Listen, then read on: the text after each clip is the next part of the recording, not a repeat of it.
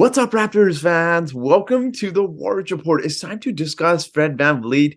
He has been the hot topic of debate, especially after that big win against the Atlanta Hawks. A lot of people have suggested move Scottie Barnes to the full-time point guard duties and get rid of Fred Vanvleet. So for today's video, I'm going to be going in depth about some of the statistics of what the Raptors look like with it and without Fred Vanvleet, and ultimately give you my final verdict. So if you're ready to watch this video, make sure to give it a thumbs up. Let's try to get this video to 120 likes. And if you want to hit the subscribe button as well, that'd be very much appreciated. So with that being said, let's get into today's video. Now, as you guys know, I do like to give out shout outs on my channel. And for today's video, the shout out goes out to Darshan Seva. So Darshan, thank you so much for supporting this channel. To likes and comments, your support is very much appreciated. Now let's talk about Scottie Barnes and Fred Vanvleet. Now, obviously, Fred Vanvleet was out yesterday versus the Atlanta Hawks. And coming in, Trae Young was absolutely on fire. He is averaging something crazy like 36 points over his last 4 games, and the Raptors absolutely neutralized him. And in particular, the big thing going into today's game was Malachi Flynn was getting more minutes. Now, all jokes aside, guys, it was Scottie Barnes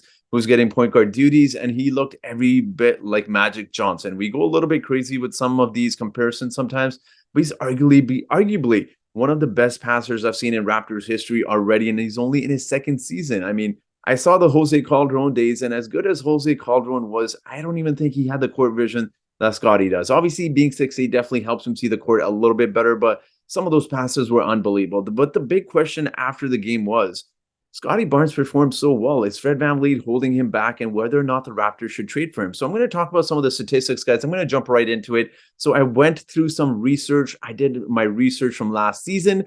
I looked at the record of what the Raptors look like with Fred Vanvleet and without Fred Vanvleet. Now, when you take a look at this chart on the screen here, you see the Raptors' record last season without Fred was 9 wins, 8 losses. But with Fred, when he was playing, he was 39 wins. Well, the Raptors had 39 wins and 26 losses. But I want to take this a step further and go a little bit in depth about their point production as well as how many points allowed. Because the big thing with a lot of Raptors fans has been that the Raptors defense isn't as good because Fred is short. He doesn't fit into the 6'8", 6'9" lineup. When you take a look at the statistics here, the Raptors points per game and points allowed with Fred Vanvleet last season in the 17 games, they scored 111 points and allowed 110 points. But with him in 65 games, they scored 109 points. So their offense was actually surprisingly a little bit worse with Fred Vanvleet in the lineup, but their defense was actually so much better. 106 points allowed per game. That's a huge 4-point differential. So obviously, I mean, they did lose a little bit of offense, but when you take the point differential total, they were 3 points better with him compared to without him. They were only a point better. So box plus minus if you're looking at that kind of stuff. But this was quite the surprising stat because the big narrative we've been hearing all of last season is Fred Vanvleet doesn't fit into the Raptors lineup. The Raptors defense is so much better because you have these switchable 6'8", 6'9" guys. Yet the Raptors defense last season was better with him than without him. Now, what does that say about a lot of fans? I know people always like to jump to different players, and the big thing was that Fred Vanvleet was holding Scottie Barnes back. Now, I actually want to present another stat here for you guys because when you take a look at Fred VanVleet's usage rate, he actually is 7th on this team in usage rate, which is crazy. Only 16.5. In fact, I think it should be a little bit higher considering his offensive talents, but also because you see guys out there. Precious Achiuwa is a little bit high for my liking. He's 5th on the Raptors in usage rate, ahead of guys like OG and Anunoby, which is saying a lot. And I think most importantly, obviously, Chris Boucher is just jacking up a lot of shots, so that's understandable. But Gary Trent Jr. is right up there as well. Now, I actually think Scottie Barnes' usage rate has gone up. But take a look at how much Fred VanVleet has sacrificed in terms of his usage rate.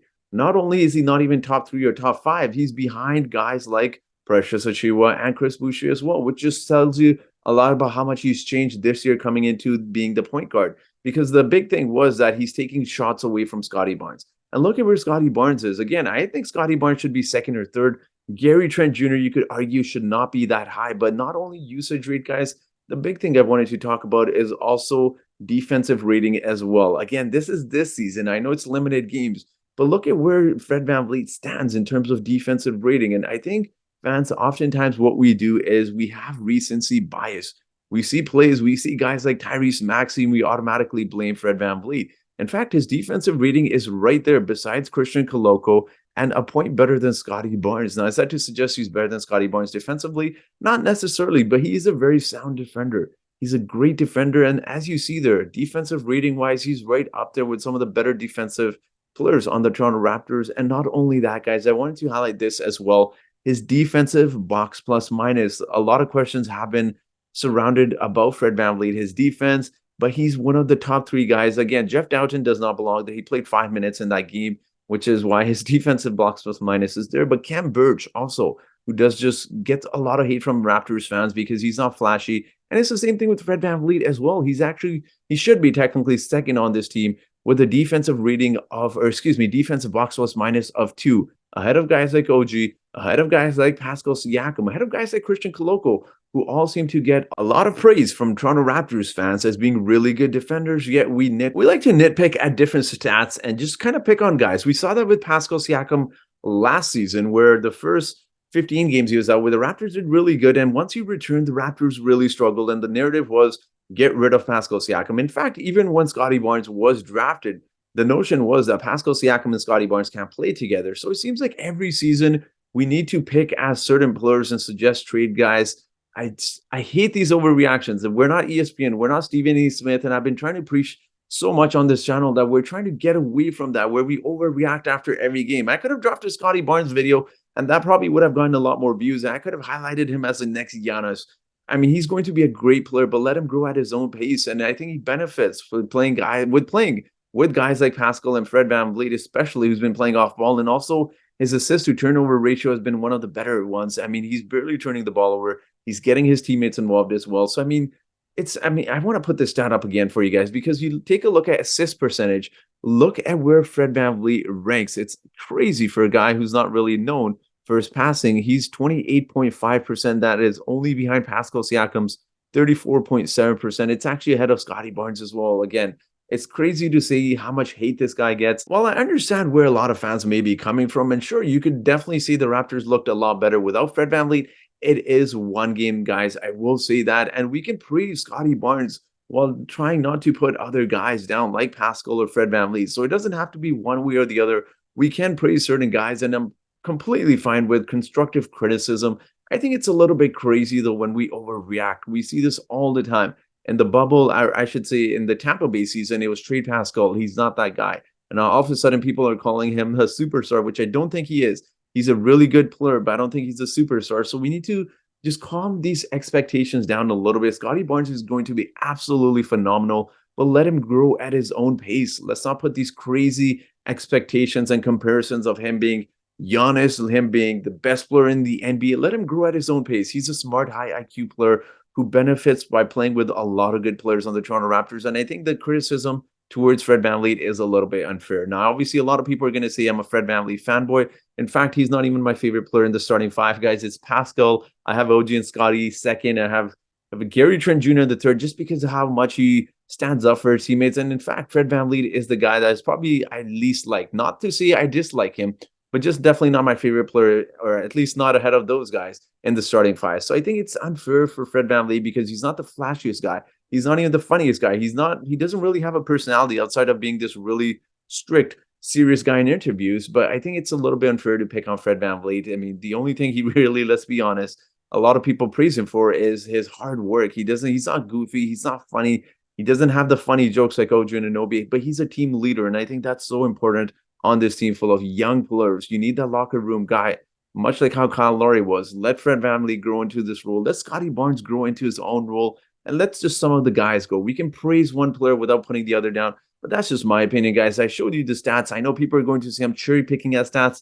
Those are the stats. I think Fred VanVleet is great for this team. Again, he's taken a step back to allow other guys to take a step forward. So we can respect that, and we can stop these crazy takes after every 2 games, every 3 games, where it's trade this player sucks, this player is great. Let's just appreciate what the Raptors are building.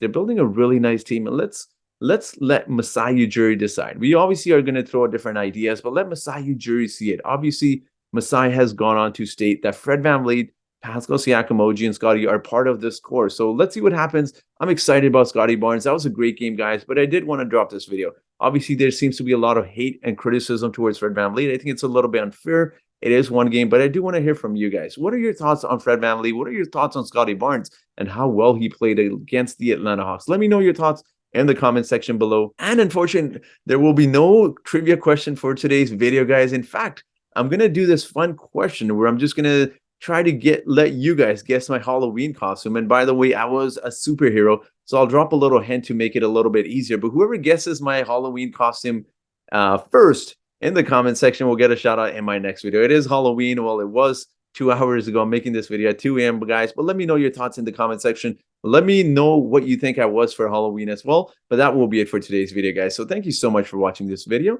and I hope you guys have yourselves a great day.